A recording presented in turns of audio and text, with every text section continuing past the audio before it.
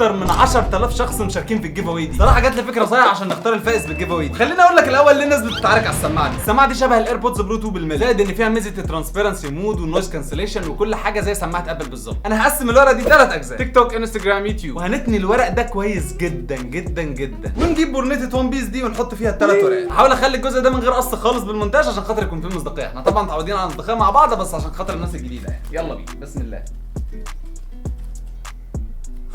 اوبا، مش عارف شايفينه ولا لا، بس ده يوتيوب.